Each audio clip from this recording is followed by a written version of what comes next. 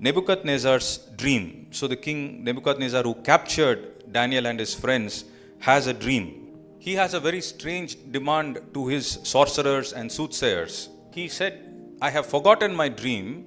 You have to tell me my dream and the interpretation of the dream. That dream had disturbed him a lot, and he is not able to recollect what the dream was. And Nebuchadnezzar, the Chaldeans, were pagan kings, so they surrounded themselves with all kinds of demon worshippers and sorcerers and soothsayers who came to him and said in verse 11, the thing that the king asks, 2:11, is difficult, and no one can show it to the king except the gods whose dwelling is not with the flesh. So Daniel was not there when this law was passed, where the king was super angry and he decides to destroy all the wise men.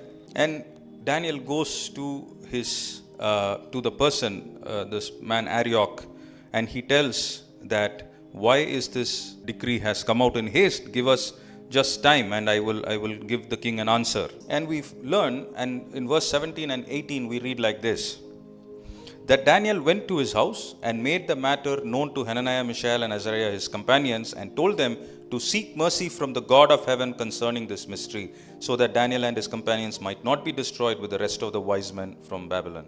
And we find that how Daniel cultivated his prayer life to pray in the midst of uncertainty. He had no guarantee that in the morning he will have an answer to prayer. But God gave him the boldness, him and his friends, the boldness in chapter 1 to overcome the temptation of the food that was set before them. Now he is learning to pray in the midst of complete uncertainty.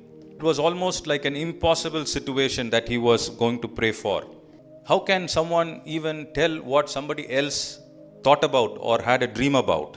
And this king also asked, you should interpret the dream that I had. And so they seek, not just as one, but as a friends together, they seek the wisdom of God in the midst of that confusing situation.